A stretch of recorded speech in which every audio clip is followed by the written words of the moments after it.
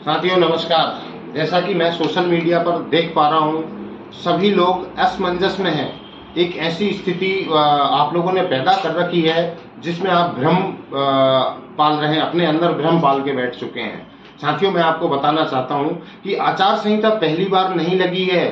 सरकार ने हमारी मांगों को पहली बार नहीं नकारा है, लेकिन ये बड़ा विश्वासघात हुआ कि हमारे लिए, हमारी मांगों के लिए सरकार ने घोषणा करने के बाद उनको लागू नहीं किया, पूरे जगत में बांटा है, सबको दिया है। तो ये आत्मचिंतन करने का विषय है साथियों कि ऐसा क्यों हुआ। माननीय कोर्ट का भी आदेश था, चलो कोर्ट का आदेश तो हम कोर्ट से जैसे तैसे प्रयास करके, हम या हमारे साथी या जिनके नाम से कोर्ट का आदेश हुआ वो प्रयास करके लागू करा लेंगे। लेकिन जो खुद मुख्यमंत्री महोदय ने जो घोषणाएं की वो भी अटक गई, साथ में ये भी अटका। इस विषय पर आत्मचिंतन करना होगा। मैं आप सबको एक बात और बताना चाहता हूं साथियों कि संघर्ष कभी समाप्त नहीं होता। संघर्ष में हार का सामना करने के बाद मजबूती से जीत के लिए लड़ाई करने के लिए आगे बढ़ना होता है। आचार संहिता वर्ष 2008 में जब आप लोगों को कुछ भी नहीं मिलता था तब भी लगी थी, हम हताश नहीं हुए और मजबूती से आगे बढ़े। वर्ष 2012 में भी चुनाव हुए थे, तब भी आचार संहिता लगी थी, तब भी हमें बहुत कुछ हासिल नहीं हुआ था, हम और मजबूती से आगे खड़े हुए। तो आप सबको याद होगा 2015, 2016, 17, 18 सब आंदोलन आपने देखे होंगे, हम मजबूती से लड़े। लेकिन इस बार आप सबने हमारा सहयोग कितना किया, आप आत्मचिंतन करें। आचार संहिता लगी है, अब जो कड़ी हम आप सबके बीच जोड़ चुके हैं, जो मुख्य मांगे हैं, अब मांगे नहीं, अब एक मिशन होगा, एक ही मांग होगी, एक ही रास्ता होगा और एक ही लड़ाई होगी।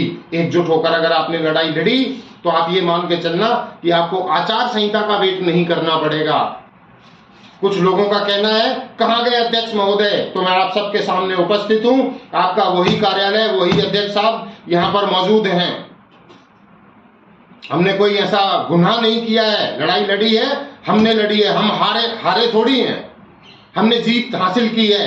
धोखा तो हमारे साथ गवर्नमेंट ने किया है कि घोषणा करने के बाद उनको लागू नहीं किया, और लागू नहीं होने की क्या वजह रही, इसके लिए आत्मचिंतन करना। मैं उस वजह को जानता हूं, आप सबको अपने आप ये सोचना है, देखना है कि आखिर क्या हुआ ऐसा, ये कैसे संभव हुआ कि जब मुख्यमंत्री महोदय अपनी घोषणा के लिए तत्पर रहकर सबके काम कर रहे थे तो फिर हमारी मांग कैसे भूले, क्यों हमारी घोषणा को पूरा नहीं किया गया। हालांकि साथियों, मैं आप सबके बीच अभी तो कुछ नहीं कह सकता, लेकिन चुनावी रणनीति को लेकर कोई भी संदेश अगर कोई महत्वपूर्ण मुझे लगता है तो मैं आप सबके बीच में दोबारा ये संदेश दूंगा।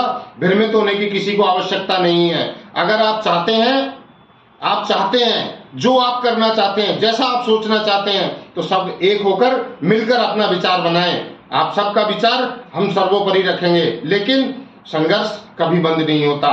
हम आपके बीच थे, हैं और रहेंगे। भागने का विषय उनका होता है जो शॉर्ट टाइम के लिए भ्रमित करने के लिए, गुमराह करने के लिए आप सबके बीच में होते हैं। संघर्ष करने वाले जो योद्धा होते हैं उनके लिए कोई रास्ते नहीं होते, वो भागा नहीं करते हैं। तो साथियों, हमने जो पाया उसके लिए मैं आपको बधाई देता हूं, हमने जो नहीं पाया उसके लिए हम सब मिलकर मजबूती से संघर्ष करेंगे, चाहे आगे आप हो या मैं। कंधे से कंधा सबको मिलाना होगा, जीत तभी हासिल होगी। आगे की रणनीति तैयार की जा रही है। हाल ही में आचार संहिता लगी है।